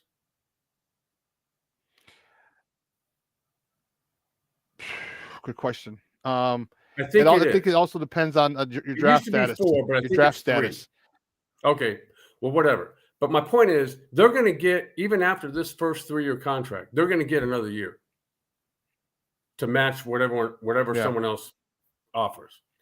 And I know we're kind of getting ahead here of the next game, but to me, Tyson Bagent is earned the right to get to be in this conversation, which I'm sure the Bears are having right now. I honestly don't think that they figured it going this way. Okay. Nobody believe did. me, I'm still a Justin Everybody Fields guy. thought Justin Fields would pick up where he left off. Yeah, I agree. But he didn't. And But he didn't. unfortunately, he didn't. And so my thing is this: if Justin Bagent plays well, then yeah, you can trade Justin Fields. I agree with you. You can build around him. So now you trade Justin Fields, you'll get a haul. Imagine Justin Fields in Atlanta. That is like the perfect landing, not just because he's from Georgia, but the talent, the team he's got down there. It'd be perfect for him. You get a nice nice return on him there. You trade the number 1 pick, get a haul. Holy shit. And you still got a 25 first, an extra 25 first round pick. This could be the way to go. And I really hate saying this because I like Justin Fields, but I have to look at it from the business aspect of it as well. If you can get a team built around a efficient quarterback, I don't want to say game manager, but an efficient quarterback, you got something there. If you could win with Trent Dilfer, if you could win with who the hell won in Baltimore with with that defense, who the hell's the quarterback? Was Joe it Dilfer? Flacco. Joe Flacco. Yeah. Before he became Joe Flacco. You can win with that. Then maybe that's the way to go. Get stud receivers, get a Marvin Harris. Like I said, there's ways. There's more than one way to skin a cat. Think about the Bears when they won the Super Bowl with Jim McMahon. Did they win because of Jim McMahon? I mean, he's a great quarterback. But did they win because of him? No. They won because they had the best defense in history. And so if you can he was a good quarterback. He would have been a great quarterback in probably a very good offensive system, but the Bears didn't have a good one. And so, but he certainly made the most. He played really well for what he was given. And to me, that can be Tyson Bagent. It could be. It could be. And this kid is just, I'm telling you, Eric, when I asked him that question, there was no hesitation. You could just feel the confidence in this kid. And that's from having thrown over 2,000 college passes. And I truly think he believes in himself, which is the most important thing. It's not what the hell I think or any of us, anyone else who watches the game. It's what he believes. It's what he knows, he feels he can do. And I'm anxious to see how well he does. I really, really am, because if this would be a phenomenal story, And again, I have to say it. I was going to say Warner. Him and Kurt Warner would be. and Brock Purdy. Brock Purdy's a great story too, but Tyson Bagent could be another one. Yeah. And I see somebody typed in a text here message about Mike McDaniel's effect on Tua. Perfect. How about Mike Shanahan's effect on John Elway? Yeah. Or Kyle Shanahan's effect on Brock Purdy. So there is definitely coaching plays a big role, or it can. And so I think, this could be the scenario where you don't really know how good Luke Getsy is until he's got all the pieces in place, which kind of starts with your quarterback. And so maybe Tyson Bagent will be the answer. And all of a sudden everyone goes, wow, what a genius Luke Getsy is. And who knows? I mean, we won't find out for these next 2, 3, 4 games. That's perfect. So we get to find out. I'm anxious, Eric. I didn't think about it till actually right now. Like I prepped for the show and then I didn't think about it. But as we were talking, I'm like, man, if Bagent is, and not, God forbid he's not, I'm not saying not even just a game manager efficient. God forbid he's kind of good. He looks what I mean? Not good. just a game manager. If he doesn't get hit on that throw to DJ Moore, this town is up in arms. Trade Justin. If he gets that touchdown to DJ Moore yesterday, if he didn't get hit, this town is in an uproar right now. I'm telling you, to me, he is Brock Purdy, and he's better than Kirk Cousins. And Kirk Cousins is damn good, but he's more athletic. But Kirk Cousins does what nobody gives him credit for is he's efficient. He's smart as heck. He knows his offense. He knows your defense. He takes checkdowns. He works through the progressions. He hits people under pressure when he's under pressure. And, I mean, that's the guy you want. And that guy's name is Tyson Bagent, I think. Well, Eric, when we get the confirmation from Hallis Hall with how long Justin Fields is out, if he's out, I mean, he's got to be out. I find it very difficult to have your thumb popped out of its socket, dislocate your thumb, and then you be able to come back the next week. It's just tough. You're gonna have to grip it. It's gonna be cold again. It's gonna, you're here. You're not indoors. So it looks like Tyson Bagent might get his first NFL start. And wow. Last question before we let you go. Talk to me about the defense. It looked pretty good yesterday. A lot of guys were getting into. They're getting better and better. You see, it's because I always say, and it's true, but improvement in development is not linear. But you can notice when people or things are getting better. That defense is getting better, and it was very, very, very good to see. Well, what I'm starting to see is that the defensive line is starting to move the line of scrimmage once the ball is snapped into the backfield. And then when people are getting tackled, they're starting to go backward. And when balls are now starting to get punched out, balls are getting tipped at the line of scrimmage. Interceptions and fumbles are now starting to happen. And that's when your defense now becomes almost a part of your offense. Now we're talking. And I think that's Matt Eberflus's specialty. And they've got a great, defensive staff. This last draft was built, and as the one before, with the defense in mind, free agency as well. And so I think that's it's starting to pay off, and it's starting to show up. And like I said, to start off, the defense and the special teams, to me, are you're on the right path with both of those.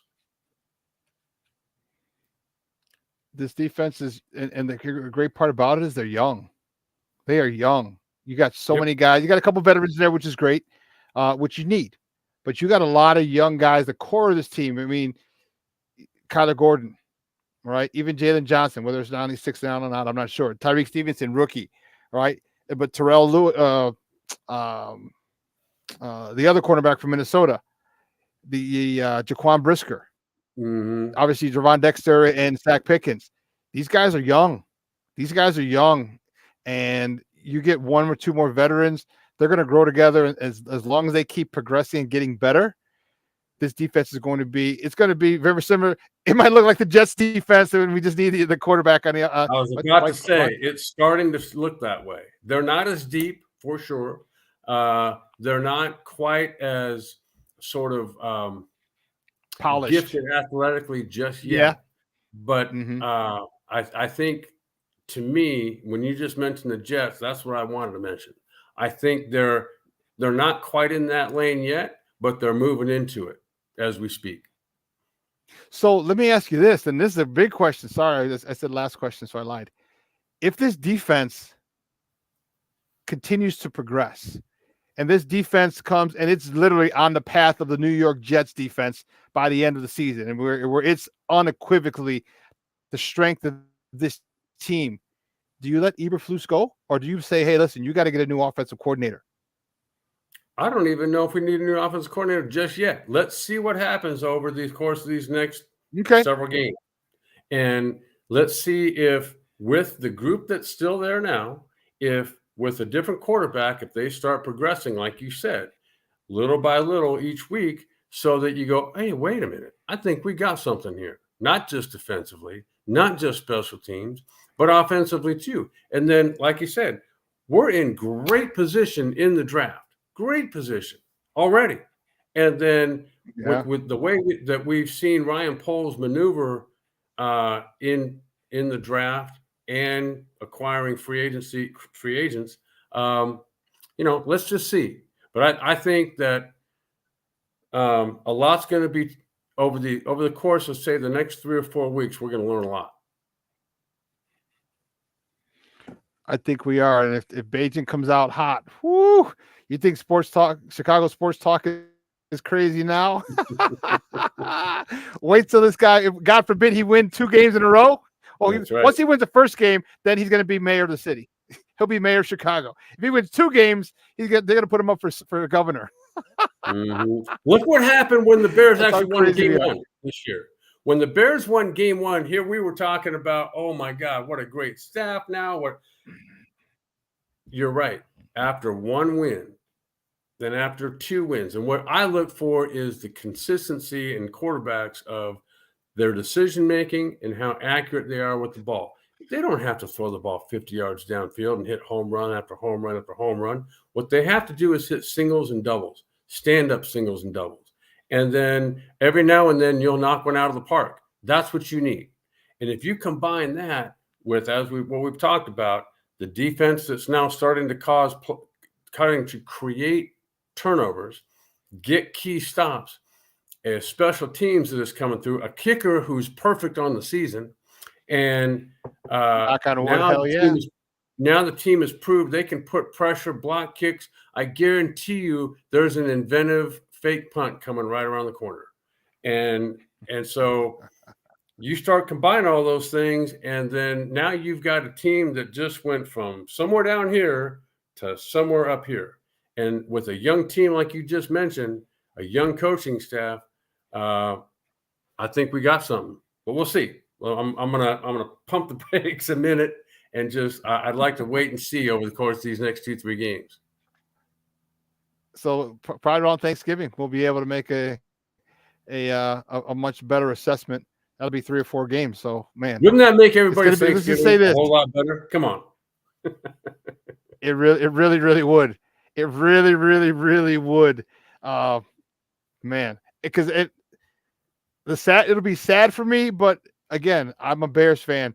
It'll be sad for me if Bagent plays well and we have to trade, or we get to trade Justin Fields. Not have to, but we get to trade him but it's a business, and I get it. The haul we'll get from a team like Atlanta would be great, and then on top of that, the draft.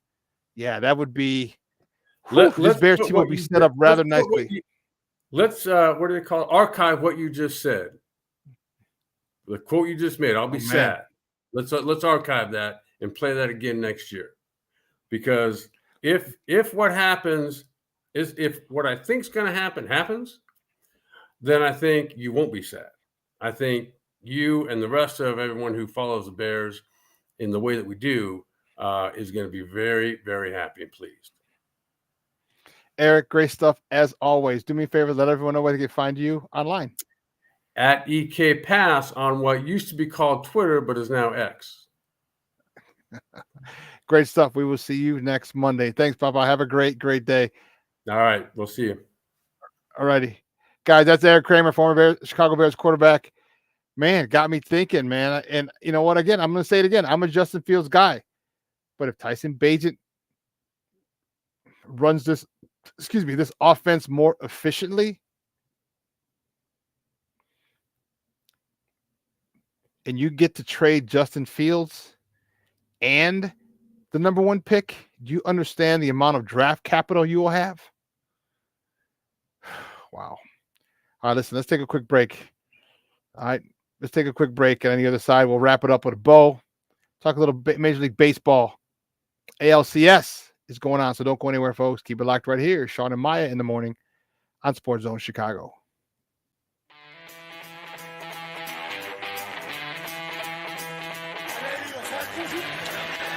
Off the fake. Fields against the grain. Finds Jesse James. Field. With time. Delivers down the field. And Cowboys. Still running.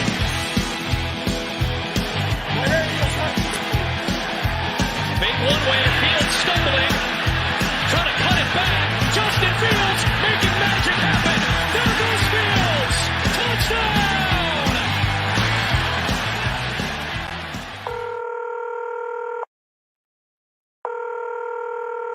911, operator 901. Where's the emergency? 127 Brynmere. Okay, what's going on there? I'd like to order a pizza for delivery. Ma'am, you've reached 911. This is an emergency line. Large with half pepperoni, half mushroom. You know you've called 911. This is an emergency Do you line. know how long it'll be? Okay, ma'am, is everything okay over there? Do you have an emergency or not? Yes. And you're unable to talk because... Right. Is there someone in the room with you? Just say yes or no. Yes. Okay, it looks like I have an officer about a mile from your location. Are there any weapons in your house? No. Can you stay on the phone with me? No. See you soon. Thank you.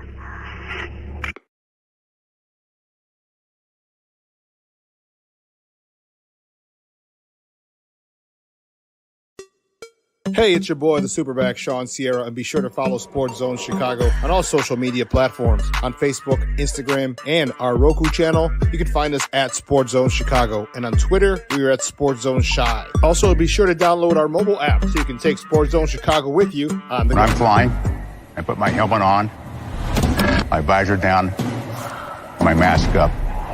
You don't know who I am. Whether I'm African American, Asian American, Hispanic, white, male or female. You just know I'm an American airman kicking your butt.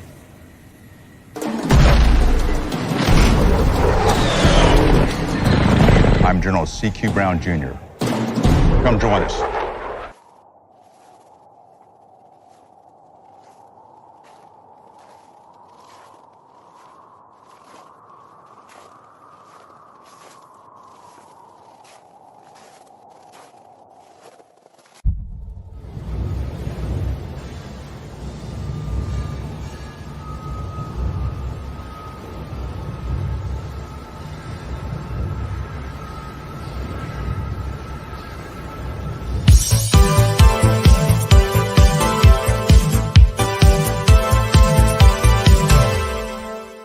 Are you with Bajan now going? You had a nice chemistry with Justin Fields, but now do you have a chemistry with Bajan, or is that something you got to develop on quick, fast, in a hurry? Got to be quick, fast, and hurry. You know, we got to play football. He's a baller, as you can see, so just got to get over for him and just be who I am, and then the rest of the receivers be who they are. DJ, if it is Tyson going forward for X amount of weeks, what's your role in making sure he's up to speed? Just being available and open like I've been, and just egging him on and just giving him that encouragement that he's playing this league. Welcome back to Shawn and Maya in the morning on Sports Zone Chicago. That was DJ Moore yesterday in the post game in the locker room. You heard me ask him, "Do you got to develop chemistry quick, fast, in a hurry with Bajan?" He's like, "No, just kind of play football." Okay, you know, because my thought is that he hasn't caught a lot of balls from Bajan. Of course, you know, warming up and stuff like that. You know, we got some comments in the chat. Brian, good morning, Papa. Thanks for tuning in. I appreciate it. And you talk about the D feeds off the offense. Yeah. See, Cornelius, here's what I was thinking. Like, why I got so mad, you know, you're so worried about, coaches are so worried about run my system with Justin. My thing is get wins. All right, you lost 10 games and you wanted to completely go against what he did last year. All right, you want to kind of morph into more of him doing your thing. I don't know if that's the right thing. I think have him do what he does, but you phase things in. Phase it out, so to speak, not just cold turkey.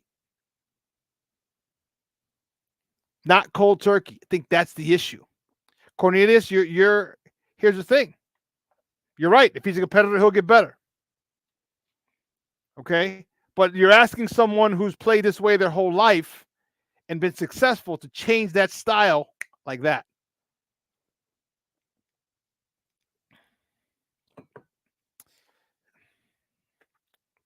It's not easy. Any habits that you have that you know that are bad for you, but you still do them anyway? You've been trying to quit smoking. You've been trying to quit drinking, trying to stop doing meth, you know? just can't. It just keeps calling me, man. It be calling me. You know what I mean? Cornelius, I think you might be right. To a degree. To a degree. I don't know about suited. I think suited now, yes. I think Justin could have, if you had phased him into passing more than just saying, okay, now we're going to pass you more and run less. If you had that transition, okay, through this year, and week 14, 15, 16, 17, 18, all of a sudden he's passing more.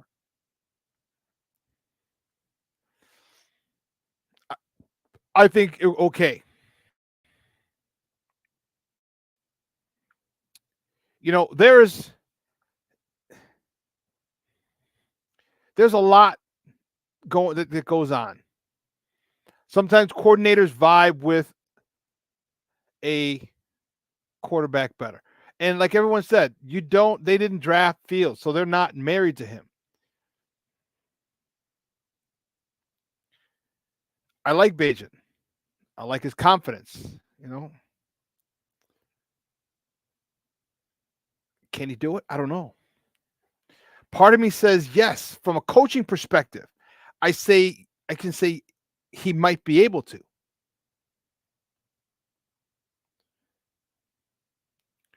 But then again, I look at some of the plays that are called, and I'm like, would he be able to do better than Justin Fields? Why are there no slants? Why are there no, hitch routes? But give me a slant. Get these quick hitters to these receivers, these playmakers, so they can make plays. It's a crazy idea. Get your playmakers the ball so they can make plays.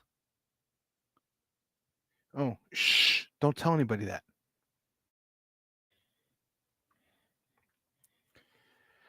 We're going to see. We're going to see what Luke Getsy does.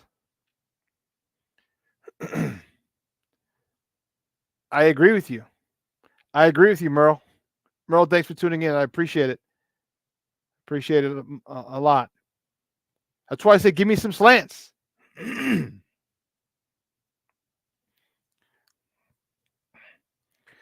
If it takes Getsy 4 or 5 games to get Fields playing well, how long will it take for Bajent?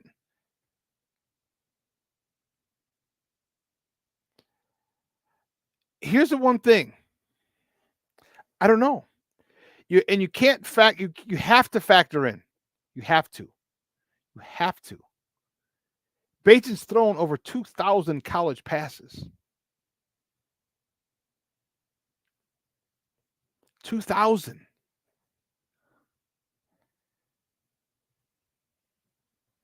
Okay.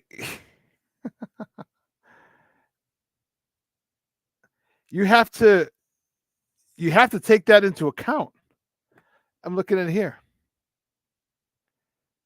Like, you have to take that into account. 2,000 college passes. You know, like I was talking to Eric, there is not a situation at all that he hasn't seen. Just not at this level. Just not at this level.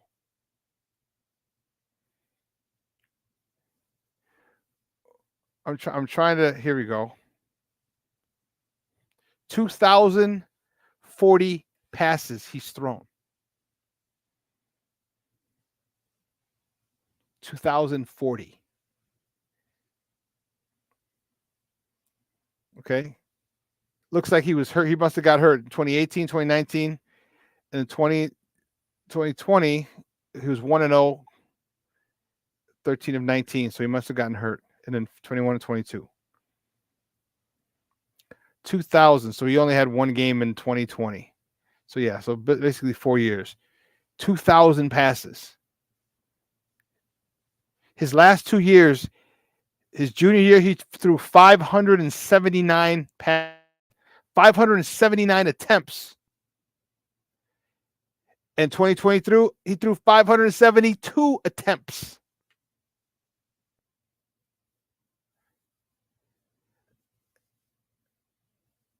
He threw 572 attempts, completed 400. That's 70%. That's insane. 41 touchdowns, because he holds the record for most college touchdowns in all levels at 159 touchdowns.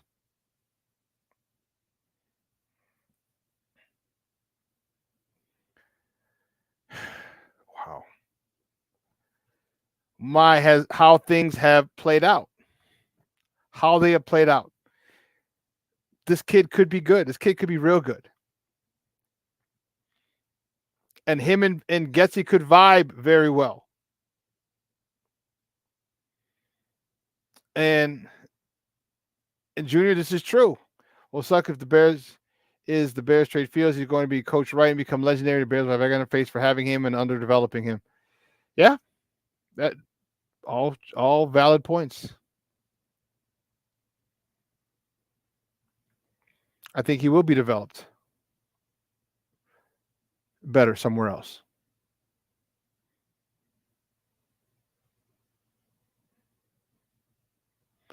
You hit it on the head, Luis. You told your nephew the worst thing the Bears can do to start the season to take away Justin's ability to run. Yep. And Brian, I do think his arm is a couple inches longer. So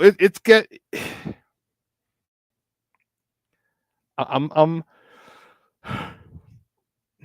trust me, I love the Bears. I want the Bears to win. I love Justin Fields. I think he's a great quarterback. I think but he does have to play better.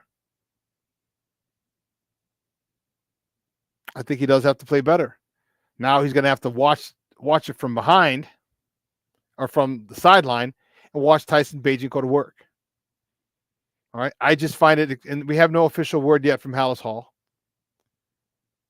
but I find it difficult to believe that if you dislocate your thumb, that you're going to be able to play the next week. I just find it difficult, which means Bagent, what if they have to have surgery? If you have to have surgery, he might be out 8 weeks. They might as well put him on IR.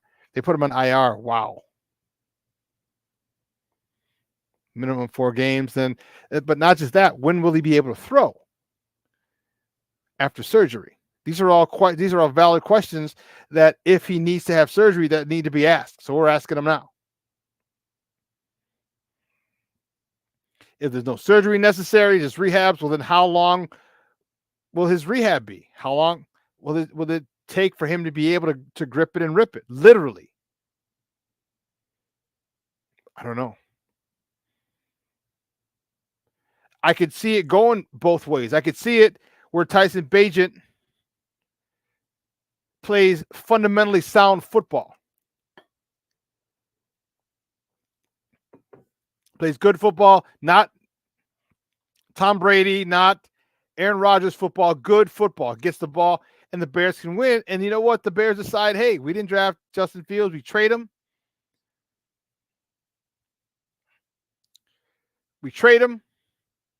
Get picks for him, probably a first-round pick, at least a second. Depending on where you trade him, they may value him highly. And then the haul for the first-round pick, you talk about building a team that way, literally building it through the draft.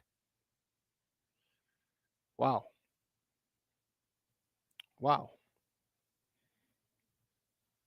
I never thought I would see it from that way, from that angle, or kind of go down that road. But here we are.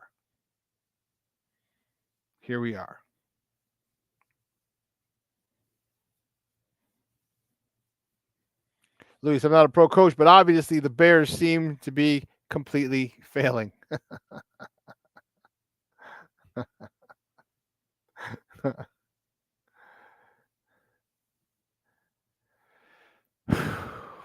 We'll see. Real quick, tonight, we got baseball for all you baseball fans. ALCS, both championship series games are tonight. Game 2, ALCS Game 2. The Rangers are at the Astros.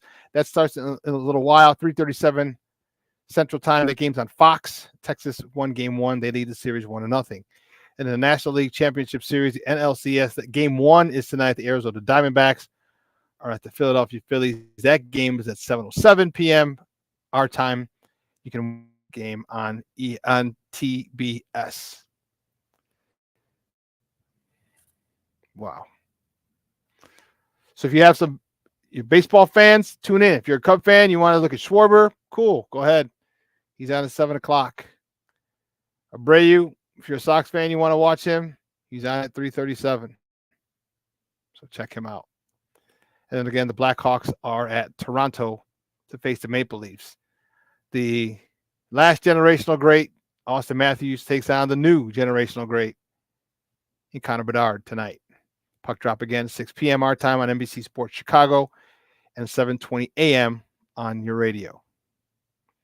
Man, I want to thank everybody. Great show. Thank my guy Eric Kramer for coming on, jumping on, and talking Bears. Man, it's really got me thinking, man. Holy cows, it really had me thinking. It's really got me thinking. I don't know. But thank Eric for coming on. I want to thank everybody here. I want to thank you guys. You guys had an awesome job. You're just blowing up the chat. It's been dope. It's been dope.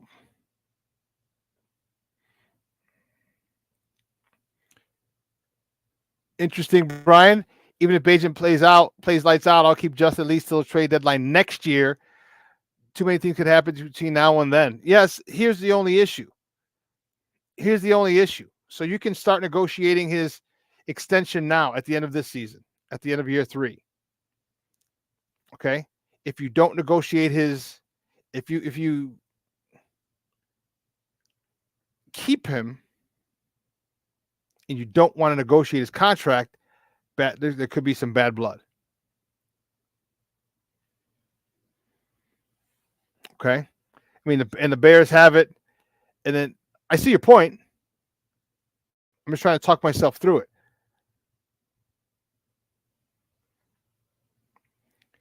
If you keep him until next year's trade deadline or in the offseason, because once the offseason hits, now you can go get a veteran, you can go get another young, you do what you want if you trade him in the offseason.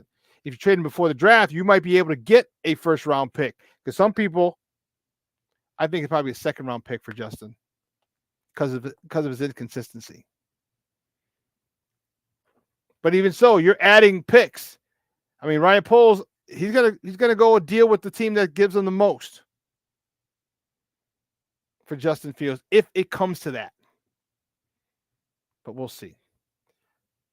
But anyway, thanks for tuning in. That's what makes this show awesome, you guys, man, and I appreciate it.